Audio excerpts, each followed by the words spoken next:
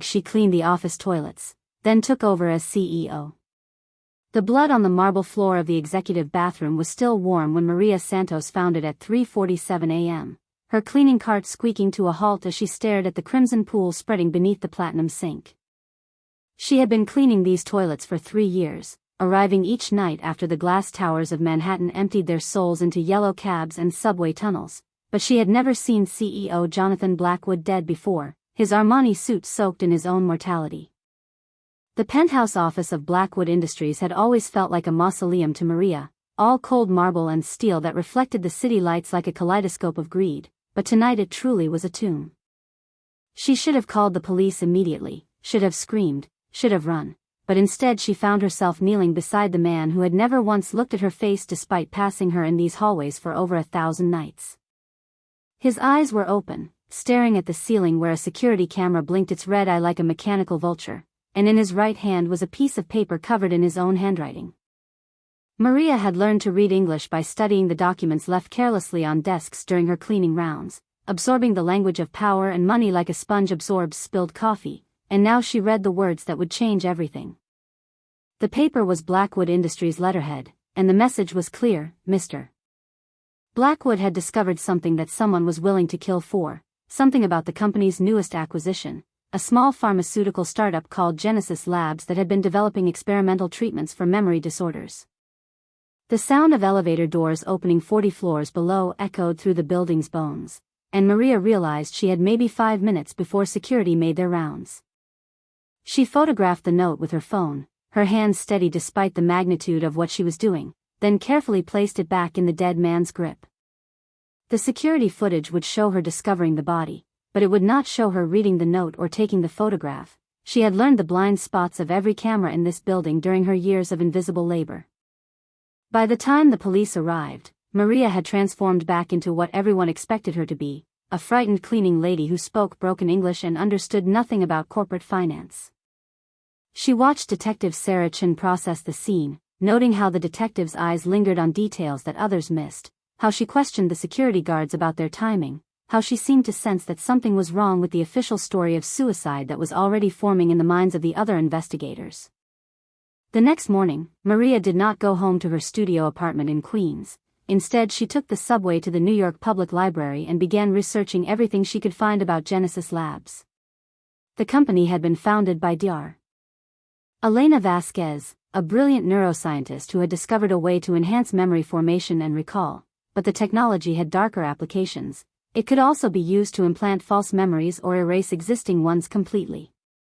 3 weeks before Blackwood's death, Genesis Labs had been acquired by Blackwood Industries for $700 million, but Maria's research revealed that the sale had been forced. Dr. Vasquez had not wanted to sell. Maria spent the following days living a double life, cleaning offices at night while investigating by day, using her invisible status to access information that others could not. She discovered that several other pharmaceutical companies had been interested in Genesis Labs, including Meridian Corp., whose CEO Marcus Sterling had a reputation for acquiring companies through intimidation and corporate espionage.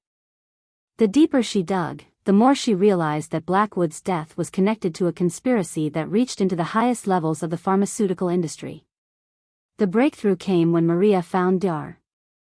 Vasquez living under an assumed name in a small town in upstate New York, working as a waitress in a diner that smelled of bacon grease and lost dreams. The woman's hands shook as she poured coffee, and her eyes held the haunted look of someone who had seen too much. Over pie and coffee that grew cold as the story unfolded, Dr. Vasquez revealed that Genesis Labs had not just been developing memory treatments, they had been working on a project for the government, a way to modify the memories of prisoners and patients without their consent. The technology was called Project Mindbridge, and it had been tested on homeless individuals and psychiatric patients who had no families to ask questions when their personalities changed overnight. Dr. Vasquez had tried to expose the program, but her research had been classified and her attempts to speak out had been silenced through legal threats and intimidation. When she had finally agreed to sell Genesis Labs to Blackwood Industries, it had been because she believed Blackwood would shut down the unethical experiments, but instead he had discovered the true scope of the project and had been killed for threatening to expose it. Maria returned to New York with a recording of Dr. Vasquez's confession and a plan that was either brilliant or suicidal, she could not decide which.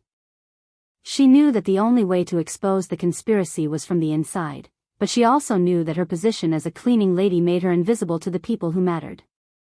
That night, as she cleaned the offices of Blackwood Industries for what she planned to be the last time, Maria began implementing a plan that would either destroy her or make her the most powerful woman in New York. The first step was gaining access to Jonathan Blackwood's personal computer, which sat in his office like a digital tomb containing all his secrets. Maria had watched him enter his password countless times while pretending to dust the furniture, had memorized the pattern of his fingers on the keyboard, and now she used that knowledge to unlock a treasure trove of information about Project Mindbridge. The files revealed that the government contract was worth over $2 billion, and that several other major pharmaceutical companies were involved in the conspiracy, including Meridian Corp and Titan Pharmaceuticals. But the most shocking discovery was that Jonathan Blackwood had not been killed by outside forces. He had been murdered by someone within his own company, someone who had access to his office and knew about his investigation. The killer was David Morrison, Blackwood Industries' chief financial officer, who had been secretly feeding information to Marcus Sterling at Meridian Corp in exchange for a promised position as CEO when Sterling acquired Blackwood Industries. Morrison had used a rare poison called tetrodotoxin, derived from puffer fish, which caused paralysis before death and could be absorbed through the skin. The poison had been applied to Blackwood's office door handle, ensuring that he would be incapacitated before he could call for help or escape. The security footage that Maria had studied showed Morrison entering Blackwood's office just before the CEO's death, but the official investigation had dismissed this as routine because Morrison was a trusted executive. Armed with this knowledge, Maria faced a choice that would define the rest of her life. She could take the evidence to Detective Chen and hope that the police would be able to build a case against Morrison and the other conspirators, but she knew that powerful people had ways of making evidence disappear and witnesses change their stories. Or she could use the information to destroy the conspiracy from within, but doing so would require her to step out of the shadows and become a target herself. The decision was made for her when she discovered that Morrison was planning to have her killed. She had been too visible during her investigation, had asked too many questions, and someone had noticed that the cleaning lady was spending time in places where she did not belong. A contract had been placed on her life, and the killer was scheduled to arrive within 24 hours.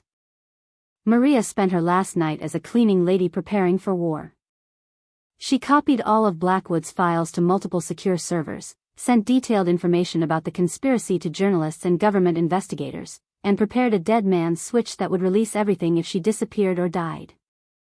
But her most audacious move was calling an emergency meeting of Blackwood Industries' board of directors, claiming to have urgent information about the company's future. The board meeting took place in the same conference room where Maria had emptied trash cans and wiped down tables for 3 years, but now she sat at the head of the mahogany table wearing a suit she had bought with her life savings. The 12 board members who filed into the room barely recognized her, this woman who had been invisible to them for so long, and their confusion turned to shock as Maria began presenting evidence of the conspiracy that had killed their CEO. She showed them the files from Blackwood's computer, played the recording of Dr. Vasquez's confession, and presented photographs of documents that proved David Morrison's guilt. The board members sat in stunned silence as Maria revealed that their company had been infiltrated by agents of Meridian Corp, that their CEO had been murdered to prevent him from exposing Project Mindbridge, and that they were all at risk of prosecution unless they acted immediately to distance themselves from the conspiracy.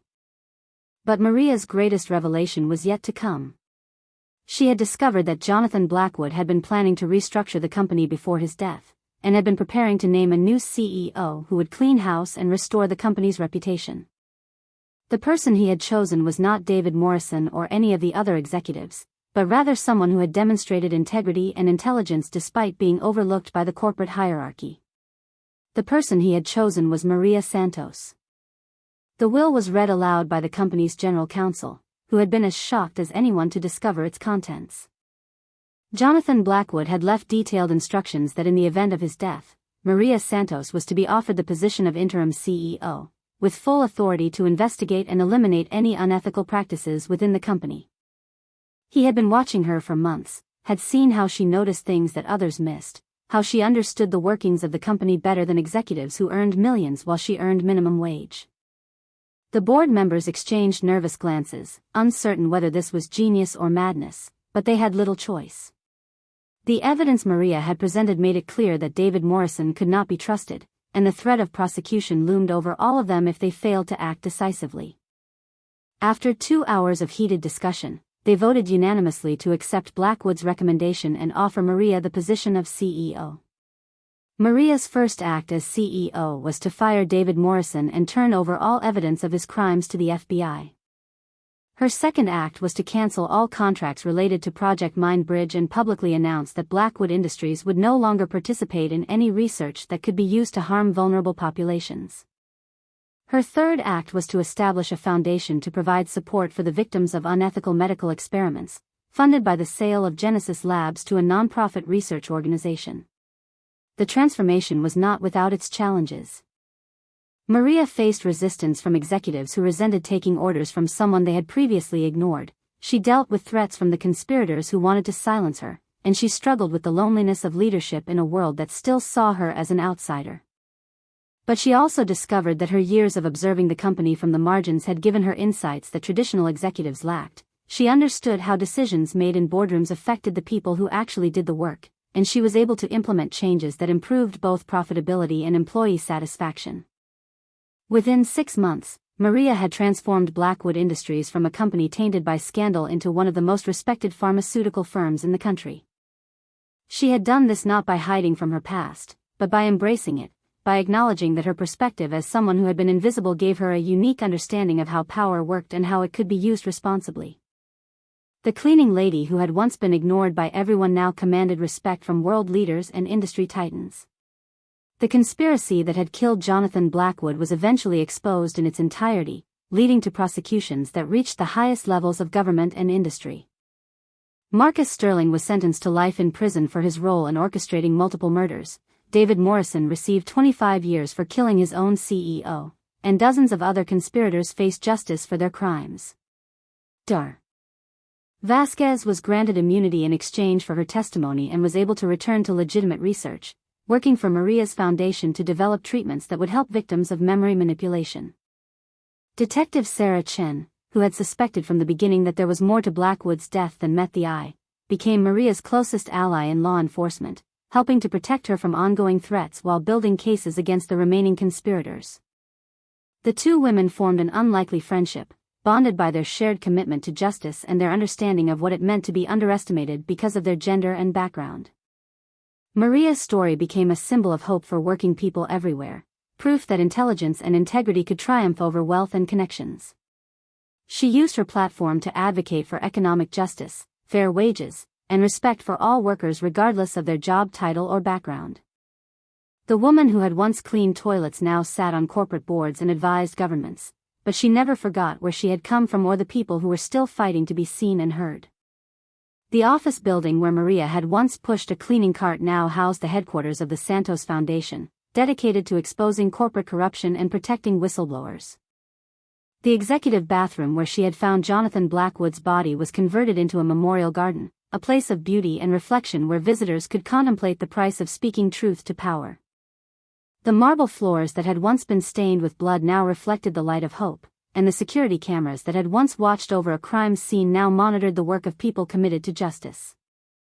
Years later, when journalists asked Maria how she had managed to transform herself from a cleaning lady into one of the most powerful women in America, she would smile and remind them that she had never been just a cleaning lady. She had always been an observer, a learner, a person who understood that real power came not from the size of your office or the zeros in your salary, but from your willingness to stand up for what was right even when the cost was everything you had. The toilet she had once scrubbed every night was now in a museum, part of an exhibit about the American dream and the power of ordinary people to change the world. Children on school trips would stand before it and learn about the woman who had used her invisible position to see what others could not, who had risked her life to expose corruption, and who had proven that sometimes the most unlikely people are the ones who change everything. Maria Santos never forgot the feeling of cold marble beneath her knees as she knelt beside a dead man in an executive bathroom, never forgot the moment when she chose to read a note that would transform her life, never forgot that justice sometimes comes from the most unexpected places. She had cleaned the toilets, and then she had cleaned house, and in doing so she had proven that in America, anyone can rise to the top if they have the courage to fight for what they believe in. The conspiracy that killed Jonathan Blackwood was defeated not by the powerful, but by the powerless, not by those who commanded attention, but by someone who had learned to see clearly because she had been invisible for so long. The cleaning lady had become the CEO, but more importantly, the truth had become more powerful than the lies that had hidden it.